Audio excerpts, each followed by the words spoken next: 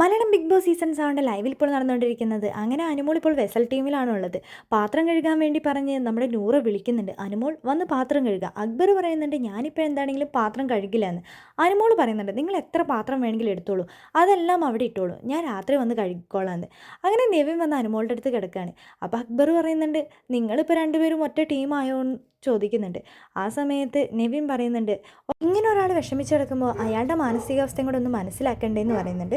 അനുമോൾ എന്താണെങ്കിലും പാത്രം കഴുകിക്കോളും, അനുമോൾ രാത്രി കഴുകാമെന്നാണ് പറഞ്ഞിരിക്കുന്നതെന്ന് നെവിൻ പറയുന്നുണ്ട്.